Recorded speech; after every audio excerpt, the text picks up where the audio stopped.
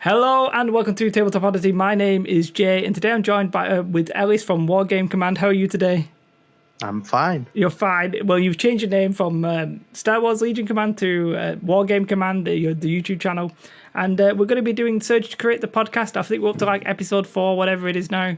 It's on the website, on iTunes and all that kind of good stuff. But obviously you're possibly viewing it on YouTube as well. And I've got Ellis on today for one main reason, but we're obviously going to talk about all kinds of stuff, Obi-Wan, Mandalorian, Clone Wars, all this kind of jazz. But the first thing we're going to talk about, Ellis, is the event that you are running, which is called the London GT. So it's, when is it? First and foremost, when is it? What is it? When is it? What is it? Where is it? What is it? Where is it? It's the UK Grand Championship. So finally, like the UK and like this side of the ocean's getting some up for Star Wars. And it's on the 14th and 15th of September, and it's in London, obviously. The London GT. Quiz in the name. Quiz in the name. Yep. Whereabouts in London specifically? Do you have that? It's the Lee Valley Indoor Athletics Centre in Edmonton. And you're expecting, the cap's 64 players. Yeah, it's capped 64 players, but we're expecting between 50 and 58-ish. Yeah, about that. So currently right now, if you're in the UK or Europe or America, I guess, if you really want to go bold and you want tickets to this thing, they are available, and obviously there will be a link in the description. I think possibly to the Facebook post, which is where all the information is. As we said, it's going to be like maximum 64 player event, but it's I believe it's 6 rounds over 2 days, isn't it, basically? It's 6 rounds, but it could be 5 depending on numbers. But currently, it's 6 rounds for almost like 90% of the people coming. It will be 6 rounds, yeah. Yeah, so I believe basically you're going to do a cut after one day, which but the people who don't make the cut are going to play another tournament essentially on the Sunday, and the people who make the cut are essentially fighting for the important prizes, which I'll let you go over them. Yeah, so the first day everybody plays in the same tournament, does 3 rounds, then we cut to the top 8 for day 2, and then from 8 we go to 4, 2, 1, finally get a champion. The top 4 people, they get Worlds invites for the Adepticon in 2020 in March, and the first person gets a flight there as well for free. And then the second day on the Sunday, anybody who doesn't make the cut is going to be playing on what we're calling the community event, which is 3 more games, and you're playing for I think there's 15 prizes so far that we've got, just from mats to unit trays to alt art cards to battle foam cases and all that kind of stuff. There's just so many prizes on the Sunday as well. Yeah, sure. It sounds like, it's the biggest event I think Europe probably has seen so far. Is that a bold claim? It is the biggest. The German Nationals last weekend was 30 players, and we've already sold more tickets than that. So if everybody's bought a ticket turns up, then it will be the biggest in Europe. Mm-hmm. And I know, the big thing, you're happy to see this kind of event in this side of the Atlantic, because obviously the US has been getting a lot of the stuff. Do you think we'll see more, you're organising this event, but do you think we'll get FFG themselves to, step in and do maybe an event? Because they've changed the wording of the events, which they seem to do every other week in my head, but, they've changed the wording of them. Do you think FFG, are we going to get a proper Legion event at UK Game Expo or something like that? I hope we do. I hope we get a Continental sometime this year before Gen Con, before Adepticon, because America's getting 2 and they're only 1 continent, so we should at least get 1 for our continent. Well, you say America's technically 2 if we say North and South, but carry on. Yeah. I know there's a few other Grand Championships. There's one in Spain and there's one in Italy. The Spanish one is actually run by the Spanish FFG. Right. So that's the first one that I know this side of the ocean that's actually run by FFG completely. Sure. And the Italy one, I couldn't speak for that one. Yeah, I believe. Are you planning on going to one of them? I'm going to the Spanish one. Going to the Spanish one in December. No, November. First weekend, November 1st and 2nd. Yeah. So this event is the 15th, 14th and 15th? Am I getting the dates correct? Yeah. So the big event's the 14th and 15th, and then on the Friday night we've got a small doubles event, and that's the 13th. Sure. So yeah, if you want tickets to those, I said there'll be a link in the description. You can probably just hit up Ellis if you have any questions, but I'd check the Facebook group first because, you can just ask them there and people will reply. All in all, it's going to be if you're a Legion fan and you can get to that event, it's going to be the kind of event you want to go to. The first 2 days are at least in the UK that we know of, as I'm pretty sure that's the case. So it's going to be a big event. Lots of fun, lots of people, so I highly recommend you go. Obviously, it's the inaugural one for Legion, but let's ask the question, because the London GT last year for 40k didn't have a great reputation for terrain, and I know you are a terrain fiend. The kind of pictures I see from you, like on Facebook and on Discord, are insane. How are you enjoying making all that terrain? Well, I'm enjoying it a lot more than Nicky is. My silent helper in the event. You'll probably see him playing in the event, but he's helped out build all the terrain. And so far, we've built like 500 pieces of terrain. So we've 3D printing as well, but we're on the 500 pieces of building it from scratch, painting it, sanding it, flocking it, all that kind of stuff. We've done 500. We've got 15 or 20 big boxes just full of it.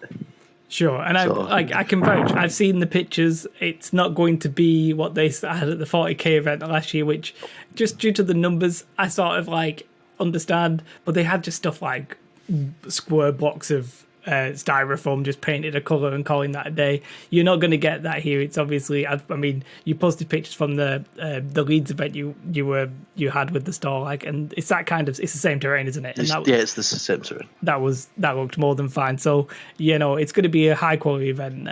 I don't want to say I trust Ellis because I know him and it's awkward, but yeah, it's awkward to say you trust me when you know me, because then it's kind of biased. Yeah, so exactly. So I think I'm pretty sure it'll be a good event. Is there anything you want to say about other than buy your tickets now? Well, buy tickets now. You've heard it here first. It's just more of a. Obviously, there's a lot on the line. Flights to America is that cheap, and you can probably come to London and stay the weekend for £200-300, and then a flight to America is £600-700. So there's a lot on the line for that first place. But other than that prize, we have. My daughter's bedroom is full of prizes. I think I've got 6 different mats, got boxes and boxes of just tokens and stuff to give to people and alt art cards. So it's what I want to say is the event is more about the community, and we're doing a goodie bag for everybody coming. Even the doubles event has prizes that are worth £200 worth of stuff on the small doubles event. So whereas the event's more about the community and giving back to everybody that comes. So my aim is that everybody will walk away with something, but I hope everybody walks away with a cup their money's worth, plus. Obviously everybody can't. I don't have 64 prizes, but I've got something close to 50 prizes to give out to everybody. Sure. Yep. So even if you lose games, you're still going to walk away with some cool stuff as well. Yeah, I know a couple of people who will be going just to lose. I'm not looking at myself there. But no, I know. Obviously, we know who in the UK we sort of know who's who and that kind of stuff. So it'll be interesting to see. I believe some people are coming over from Germany and stuff like that. So there's a big group. Yeah, it'll be interesting to see how they get on and how that all goes down. But yeah, I think we talked enough about that. Let's move on now. Well, let's just talk about. Probably your favorite subject, just you. So you run the Wargame Command YouTube channel, which obviously, again, I will try and post links to in the description and stuff like that. You're obviously mainly doing Legion, but I know you obviously, before you did that YouTube channel, you were mainly playing Age of Sigmar. Is Age of Sigmar the way you got into wargaming as a whole? No. So Age of Sigmar's... Lord of the Rings actually came first, 15 years ago. Mm-hmm. So I've been playing 15 years, but Age of Sigmar's what put me in the competitive side of stuff. When Age of Sigmar got the first General's Handbook, that's what put me in the side of playing tournaments, running tournaments, understanding the community of a game. Because previously I'd played for 10 years, but I didn't understand what a community was. I'd played out at my local games workshop, and that was it. You do realise you missed the best time of Age of Sigmar, and that's when it was fantasy. Well, I played fantasy. There you go. I got purple sunned by my entire. I got deleted by one spell many times. With my ogres, I played ogres for 3 years straight, and then wood elves. so I loved them. Nah. But yeah, it started with Lord of the Rings. It was like a set you could buy from local newsagents, like a magazine. Oh, a little bit like what they're doing with the magazine now, Conquest or whatever. Yeah, something Conquest. like that. But so this was the OG Conquest. But this was done by another company, like it is at the moment. It was cheap as all. It'd be like £3 or £4, and you'd get like every time you buy it, you'd get like your money's worth plus like, times 10. And then one day I was looking at the actual magazine because I was just getting the toys. Obviously, you don't read the magazine; you just get the toys. And on the back there's a website, and I found there was a shop, and I went to it, and then that started. I was like 10. I'm 24 now, so it's like 14 years worth of playing. Fair enough. And then obviously you started the YouTube channel when Legion. Well, I don't know, a couple of months after Legion came out. I keep thinking it was when Legion came out, but I think it was a couple of months after. No, yeah. Were you interested in Legion like from the off, from when it's announced, or did you need So to I see made it a play? website. I made a website before Legion came out. And that was for the tournament stuff, wasn't it? For the points. Am I going crazy? No, it was an actual blog website, like Right. the current ones. But I'm no good at writing, so after like 3 or 4 months of doing that, I just allowed it off, and then I made the thing. But no, I proxied a game like 3 months before the game even came out, and then I played on Tabletop Simulator twice before the game came out. So I played like 3 games before the game came out, and then I went, yeah, this is it. This is the game. Yeah, I think obviously I also played it on like Tabletop Simulator, and because the rules were they weren't out, but we had access to them from like the demo games and stuff like that. There was enough there that we could piece together like what was happening. So you made the channel, obviously that you've been doing videos on that. It's more about like, because you're if you don't know Ellis and Nikki basically in the UK are essentially the best players. There's a couple of other people who like occasionally contend, but I mean, I'm better than Nikki. I'm not even getting involved in that. I don't want Nikki to see this and then complain. I'm 3-1 at tournaments against him now. I'm the winner. Either way, essentially, if you go to a tournament in the UK, you can almost guarantee that it's going to be Nikki and Ellis, like either on the table or they just played each other the round before the last game, the last round at the top table. So obviously a great player, and your YouTube channel essentially follows that vein. It's more about like the competitive thoughts rather than say, hey, look, I painted this great model or something. Not that you can't paint or anything, but you know what I mean. It is that kind. Well, neither can I, but Nicky can, so maybe he's got the advantage there. But yeah, Nicky can. It's more about the competitive side of things. That's a fair assessment of your YouTube channel, would you say? Yeah, my YouTube channel is I put the webcam on and talk about something competitive in my head, and just talk about that for like 15 minutes, and then I give my competitive mindset in a form of a video on a certain topic. That's basically my entire channel. Well, there's nothing wrong with just getting on, turning the webcam on and chatting. Well, I was going to say chatting nonsense. I mean, that's what I chat nonsense. Ellis actually chats sensible stuff. Mine's a bit of informed nonsense. I mean, that's an absolute slander. I'm not having this. How do I end this recording? Yeah, so that's obviously, if you want to check out Ellis's channel, definitely go there. So, I mean, you say you were brought into the hobby with Lord of the Rings, and then you played Age of Sigmar. Have you been, say, like a Star Wars fan? I'm a bigger Lord of the Rings fan than us. Oh, you might. What? You cut off though. You were a bigger Lord of the Rings fan, but well, when I was younger, it was Lord of the Rings, but my mum is a massive Star Wars fan, like crazy Star Wars fan. Okay, it's just not what I expected as the answer. Yeah. Though, but okay. Which makes me a big Star Wars fan because every time she watches it, I watch it. So I started like it overtook Lord of the Rings. But yeah, I'm a fan as in I like the movies. I've read the Thrawn books. I've read some of the old Vader comics. But other than that, other than like watching the Stupendous Wave on YouTube, I don't really. I mean, I'm not crazy, but I like it. You like it much more than I do. I mean, I would never read a Star Wars book, I think, in my entire life. Although I am a little bit obsessed with Thrawn. I don't really know why. But yeah, I would never read a Star Wars book. So you're already ahead of me. My next question then is, on a scale of 0 to 10. By the way, I always think weird 1 to 10 doesn't make any sense. 0 to 10, how excited are you about the recently announced Obi-Wan series and, of course, the trailer for The Mandalorian that has just dropped? Well, as soon as that trailer dropped, my icon on Discord was changed to The Mandalorian. Yes, looking at Discord now, I can see that. So that's probably like a big giveaway on how hype I am for that. Mm-hmm. With having seen I've like watched the Clone Wars TV series, like from start to finish, like 3 or 4 times now. And then the Obi-Wan, I watched it and I was like, it's cool, but I'm kind of one of those that if I get too hyped about something, by the time it comes out, I end up forgetting about it. Wait, was it a trailer for the Obi-Wan, or was it just an announcement? No, just an announcement. Oh, right. Jeez, I thought I'd missed something. I'm like, oh, God. But there was like a panel with him, wasn't there? Conor McGregor. Conor McGregor is starring as Ewan McGregor. That would be an interesting show. Well, he's good at punching people in bars, I guess. Punching people at bars, yeah. I'm pretty hyped for both of them. Probably the Mandalorian more than the Obi-Wan, but the Obi-Wan one, where it's set, that could be cool. I've read it today with the timeline, but I forgot now. Sure. Do you think, though, that... so what's obviously we had the Clone Wars because essentially it looked like we got the season 6 or season 7, whatever you want to call it, the new season of the Clone Wars. They wanted to tie it in with that, I think.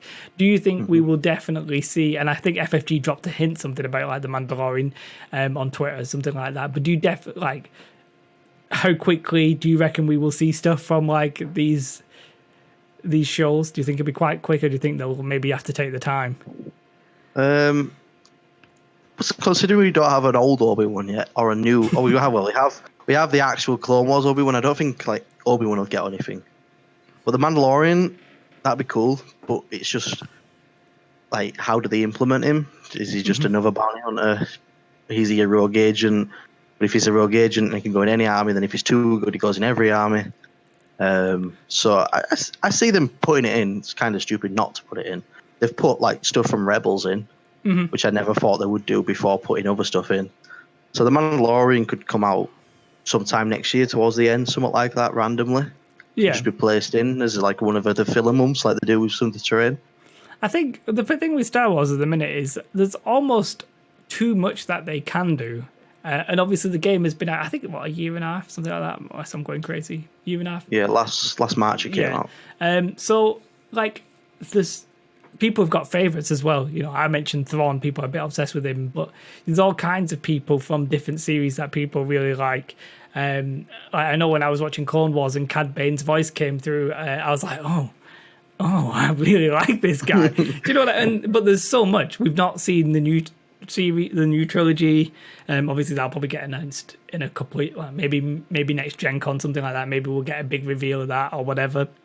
But there's almost so much, and there's so many like fan favorites you could have. Is there one particular thing you would really, really like to see like added to the game? One character, whatever, like one kind of unit, anything particularly?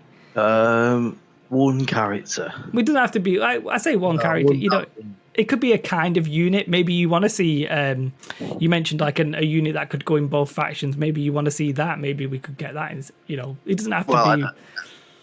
The competitive side of me never wants to see that, but the one character I would love to see in any, it's very specific, and it's Rook, Thrawn's bodyguard. What is he? What race is he? Is he a Nigori or something like that? I forget the name of his race. But the people who know will be like, I already know, and the people who don't know won't care. So I think he's a Nigori or something like that. I mean, okay, so there's a couple. That's the one thing, like out of everything in the entire thing, Rook is the one thing I want to see because he's a stealth character and I'd love to see how they implement it. Right. Let's talk a little bit about the game specifically. So obviously we're getting Clone Wars, the core set. By the way, I'm going to go out on record right now. I think the timings, the fact that we don't have anything else apart from the core set until we get whatever, phase 2 or the tanks, I think it's stupid, right? But that's just me. I feel like they needed to have a better release than this, but let's move past that. I'll let that go temporarily. So right, we're getting the Clone Wars box. Is there anything you see there and you're like, oh, these are game-changing events? Like, I'm really happy with, maybe Grievous or the droids or something. Is there anything you're there and you're like, damn, that's either going to be really strong or just super fun? Droidicas. The Droidicas, I'd have an interesting choice because they sort of reminded me of like speeder bikes, and I wasn't sure they're going to have the legs. The legs. Sorry, I'm just not even intentional there. But I'm not sure they were going to have the legs, to stick around for like, a year's time. I think they're one of those units that you'll see a few people pick them, use them, and go, this is how you use them, and then they'll be in that person's list. Like there's a few people that just play Pulp, just religiously play Pulp. A few people just religiously play Saboteurs, and people say that Pulp and Saboteurs are bad. Mm-hmm. And I think the Droidicas are just going to fall into that exact same niche of they're very good if you like them. And that's the one unit that's got me, because everybody's going to take clones, everybody's going to take droids because you have to. The Droidicas, you don't really have to, especially if the tank comes out. When the tank comes out, the tank can take the place. Grievous, you can take Grievous and Dooku, and then just 6 units of droids. But the Droidicas are the one thing in the army that I think can be put in or out depending on whether or not they're good, or whether or not you think they're good. Because there's being good and then being good with them is 2 different things. Yeah, and I just wanted to randomly change subjects, but we'll come back to this. Is that you just said where people will play one thing religiously like Pulp or whatever, and when I've been asking, we've been talking about events, and I'm not a great player, like let's say mediocre, and you always tell me to just play the same thing, and I'm like, nah, I'm not playing the same thing. It's boring. I find it boring. I get a little bit bored, I think, a little bit too easily. How do you go about it? Do you play just one thing religiously now, or are you so comfortable in your own skin that you can just play whatever you think is good, or do you just play whatever you want? Where do you go? This is going to sound very, let's just say it. It's going to sound very egotistical, but if I want to win a tournament, if I just want to win a tournament, my list will 100% include Luke. Mm-hmm. Because I think you have to. He really, really wants to win the tournament. If I'm going for fun, I'm kind of like you, I can just bring anything. But there's a difference though in the fact that you will win with anything, and I'll either just go 0-3 or be 2-1. It could go either way. Well, what I currently do is I'll practice a list so I'm set with it and I'm fine with it, and I know that I can leave it and then always come back to it, and that's the current mindset that I'm in. Yeah. So I'll run, if it takes me 3-4 events to get really, really solid with one list, then it takes me 3-4 events, and I'll just keep running it until I think that's how you play that list. It clicks in my head. I know I can just put it down and keep playing with it. Yeah, I think that makes sense. I said I was changing subjects, and we're going back to where we just were with the Clone Wars. I have a mind, I'm all over the place. So my question is actually going to be, we've seen the Clone Wars core set. I personally don't think, and maybe you'll disagree with me here, that until something else comes out, it's not going to be the most competitive factions. But once we start getting stuff for them, like those tanks, for example, I look to them and I'm like, damn, son, they're looking pretty nice. And I could very easily see, 6 droid units, a tank, and Grievous and Dooku, and you're like, yep, that's fine. You'll do all right. It's funny you say that. I don't know. I played it yesterday. Did it do okay? Is it all right? I played against it, so I used the... it was an oddball, this weird list that it's very hard to explain, but I've explained it very quickly. Leia, 3 veterans, and 3 of the Mark II guns, and then triple Tauntauns, double sniper. And basically what you do is you bombard with Leia turn 1 and use all 3 of the fire support Mark II, so each bombard is 4 black, 2 red. Is that legal? Is that legal? Yeah. Wait, yes, what? Is that legal? That doesn't seem like that should be legal. Leia's bombard is you make 3 attacks. I know you can't do it in the same attack, but obviously if it's 3 different attacks, you can do it. You form 3 attack. You form 3 attack pools. So each attack pool gets a Mark II. So I use that against a double AAT Grievous 6 units of droids. And the only reason why I won the game is because Tauntauns are so good. But those new tanks are just double firing with the high velocity 4 red, and just standing still, just double firing all game is immense for what they do. Yeah, and how cheap they are. So do you agree with me that from the core set box, even if you bought 3 of them, you're not going to be super competitive? No, the droids I don't think can, but no. I think the clones are. Yeah, from the box. Think the clones, straight up from the box, the clones can win tournaments. I think the weak point is probably the speeder bike. Yeah, but you only take 1 and then 6 clones. Yeah. The issue with them is they can win tournaments, but they're very, very high skill cap. because you're so low on activation. Some turns you're going to get like 3 activations max, like, because you're going to be fire supporting. But I think straight out of the box, straight out of the core set, Nova units, the Clone Wars, the clones, specifically the Republic, they can compete with the current lists that are out there. Just straight up compete. It's interesting that when you think about what they're going to get as well, that we know of so far, it's essentially better troopers, which they're already not terrible. So phase 1. And a cheaper commander. Yeah. So, I mean, do you see? Well, let's get into the specifics of that faction. The tank might get in, fair enough. Do you think is it Rex? Rex, isn't it? Rex. Yeah, Rex. Do you think Rex and Rex, Kenobi will be the list together? I think Rex Kenobi six troopers is probably the list that you'll run for a while, depending on what else comes out afterwards. But because the clones are so well rounded, they can have high dice pools. You can roll 22 dice with one attack with 2 units attacking together. They can defend very well with Obi-Wan taking like the brunt of the attacks. The only thing they're missing is medical droids. To round the list off, because if you can medical droid Guardian all game long, you're just going to be laughing because not much is going to die. You've got surges everywhere. Yeah. There's a turn where you can put out in that list. You can put 3 units with 9 surge tokens each, and they can all use them. Yeah. Do you think, like I think, that it's almost inevitable that we'll get med droids, like a specialist pack? We'll maybe get special forces with a sniper. Whatever else they're missing, like, do you think they'll get this? Like, quickly? I'm surprised they announced the. Oh no, that's right. Yeah, so the waves are the exact same as what went on launch.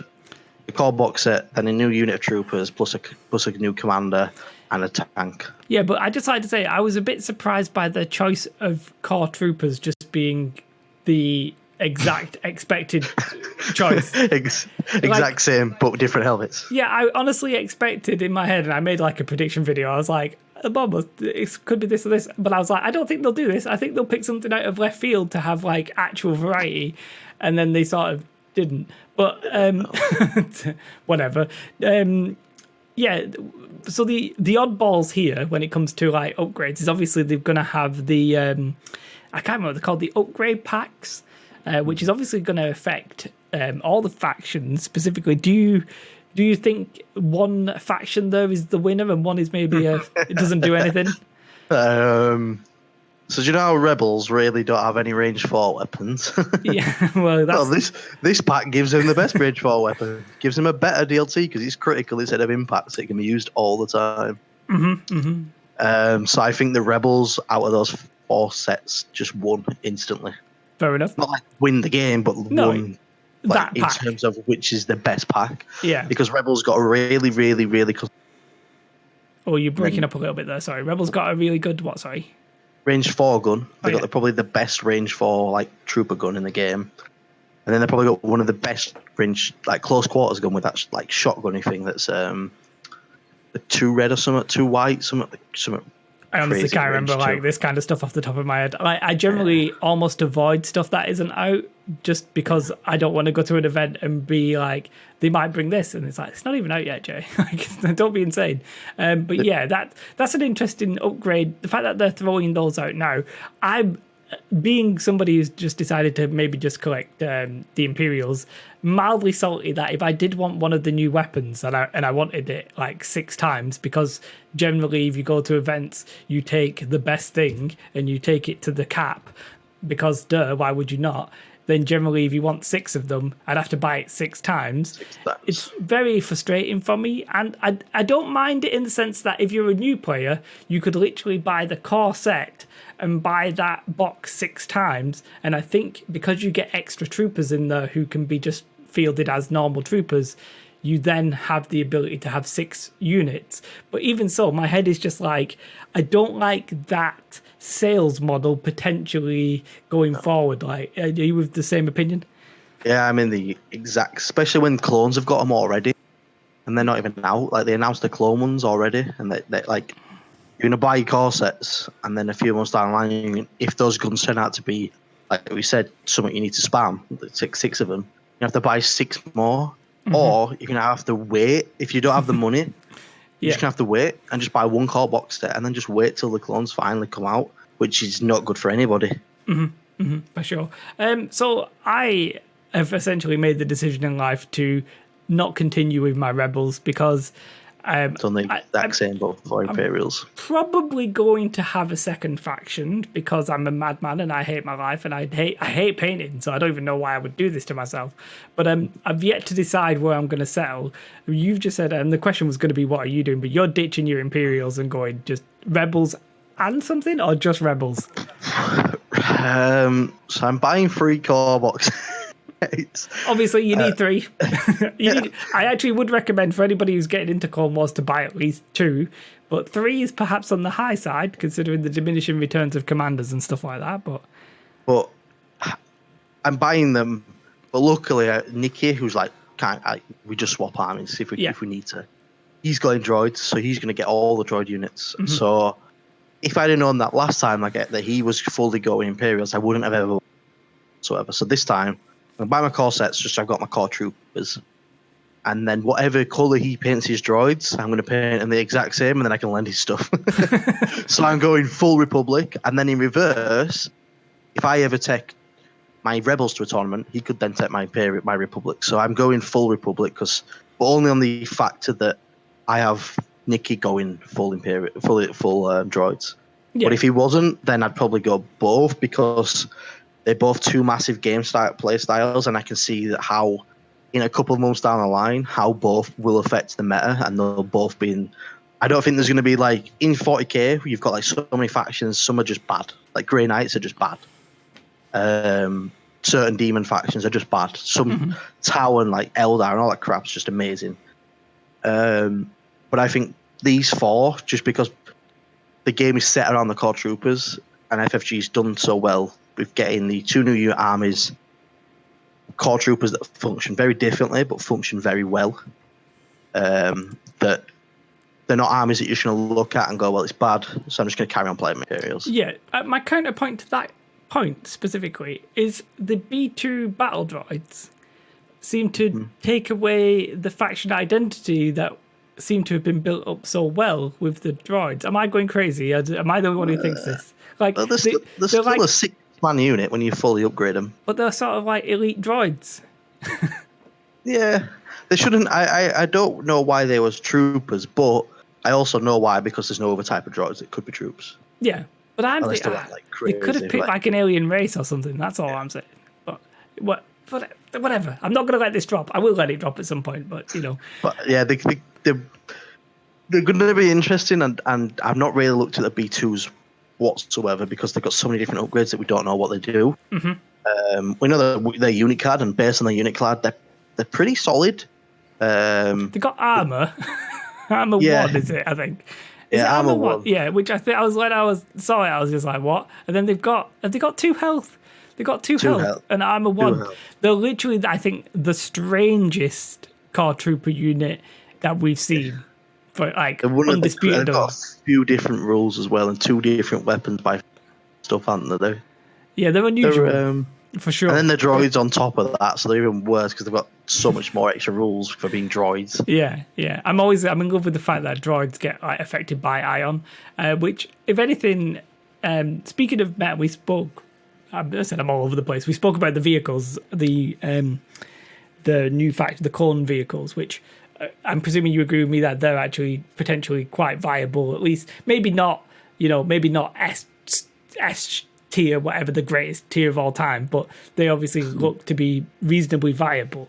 Do you think we're then going to start seeing a proliferation or a more common occurrence of ion weapons or actually dedicated impact weapons instead of just a DLT spam? No. You'll see. You can say no. It. You'll see it, but I don't think you'll see it in the top tables because ultimately the top-minded players will just take whatever's good and then deal with whatever they come against with the army they've got. If they have no impact, they'll deal with that by just ignoring the tank and killing everything else. Yeah. If they have high number of shots, they'll just use that high number of shots to kill all your droids. Like, let's say you put a good player on one of the good vehicles, though. in theory, I mean, I wouldn't know how to play this, so I'm not saying this is how you would play it, but you could then just try and run. You could be more aggressive, knowing that they don't have any way to kill the vehicle, and perhaps try and dominate the games like that. So, do you not think some good players will be like, actually, I can go a bit off meta here, and try and take the top dogs down, just because they won't have anything to answer me? Currently, there's a guy called Starscream. I'm going to shout him out, even though we throw a banter at each other. He's running double tank, and he has been for about 2 months now. Mm-hmm. And he beat me in a league game and I was using triple tauntauns, and he absolutely annihilated me because I had nowhere to deal with the tanks unless I get close. And everybody knows that charging cavalry at tanks doesn't work. Mm-hmm. Like, history shows that it doesn't work. So why would it work? Civilization has taught me that. Yes. Yeah. Why would it work in a game? It's not going to work. So yes, your point, like saying that good players will bring off meta stuff and do well. It's always going to happen. It always will happen. And I think you are right by saying it will happen more with the tanks because less people at the top will have ways to deal with them. So they'll sneak in and take out top players because it's one of those things again where it's playing what you think is good, not what is good, and then being good with that thing. Mm-hmm. Which makes sense. So the tanks definitely, and they will. And at the moment, I'm racking my brain around my tauntaun list at how I deal with a double tank list. Because currently, if I rock up against another double tank list, in my mindset, I probably already lost because of how bad I lost last time. Because there's just no way to deal with a double tank list. So same goes for the droids with a double tank list, and then all the troopers on top of that. And then Tauntauns are the answer for Rebels, but what's the answer for Imperials? What's the answer for Republic? Yeah, speaking as a bad Imperial player, I was like, what do I do against a vehicle? I mean, I've got Vader, maybe if you wanted to drop him in there, but I'm like, that's a bit of an unusual one, although he's going to probably get a bit buff with the operative unit. But I was like, 60 LTs isn't really the answer anymore, because if they're going to have like red defense dice, you're only going to pop, you're basically 50-50 at best, and that's at best. And then they've got an 8-point healing droid.